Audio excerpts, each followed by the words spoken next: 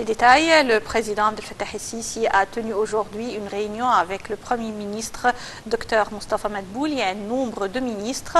Au cours de la réunion, le président el-Sisi a examiné les préparatifs de la conférence des Nations Unies sur le climat, la COP27 prévue à Sharm el-Sheikh en 2022.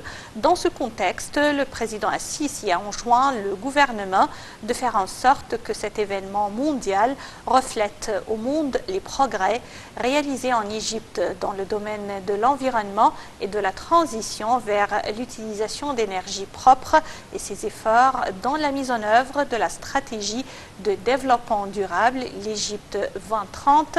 Le porte-parole de la présidence, l'ambassadeur Bassam Radi, a affirmé qu'au cours de la réunion, on a examiné les diverses mesures logistiques ainsi que les dernières expériences d'organisation de cette conférence dans divers pays. Les plans du gouvernement pour profiter de l'organisation de cette conférence afin d'obtenir des gains économiques grâce à la promotion du tourisme et la mise en place des expositions spécialisées en marge de la conférence ont été également évoqués au cours de la réunion. Sous les auspices du président Abdel Fattah el-Sisi, les activités de la 28e édition du concours international de récitation du Coran ont été lancées ce matin au Caire et se poursuivront jusqu'au 15 décembre. 74 participants et 12 membres du jury venant de différents pays participent à la compétition. 1 million de livres égyptiennes avaient été consacrés pour récompenser les gagnants du concours de récitation du Coran.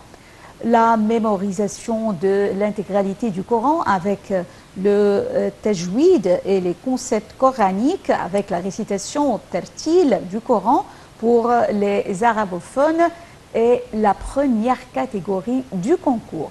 Lors de son allocution au nom du Premier ministre Moustapha Madbouli, le ministre des Awqaf, Dr Mohamed Mokhtar Gouma, a remercié le chef de l'État Abdel Fattah el-Sisi qui honore toujours les participants au concours.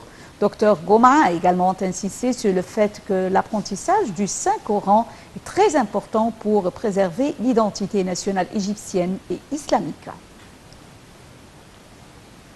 Le ministère égyptien de la Santé a annoncé que 905 personnes rétablies du coronavirus avaient quitté les hôpitaux de confinement hier après avoir reçu les soins médicaux nécessaires, portant le nombre total des cas guéris du Covid-19 à 305 652 cas.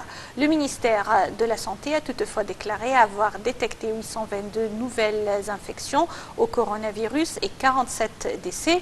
L'Égypte a comptabilisé jusqu'à présent un total de 367 456 cas de contamination, dont 20 966 décès. Le Royaume-Uni se trouve dans une situation profondément préoccupante avec plus de 58 000 nouvelles contaminations à la Covid-19 enregistrées vendredi, du jamais vu depuis janvier. La Suisse, pour sa part, veut imposer des restrictions supplémentaires aux non-vaccinés pour tenter de juguler une situation épidémiologique extrêmement critique. Tout de suite,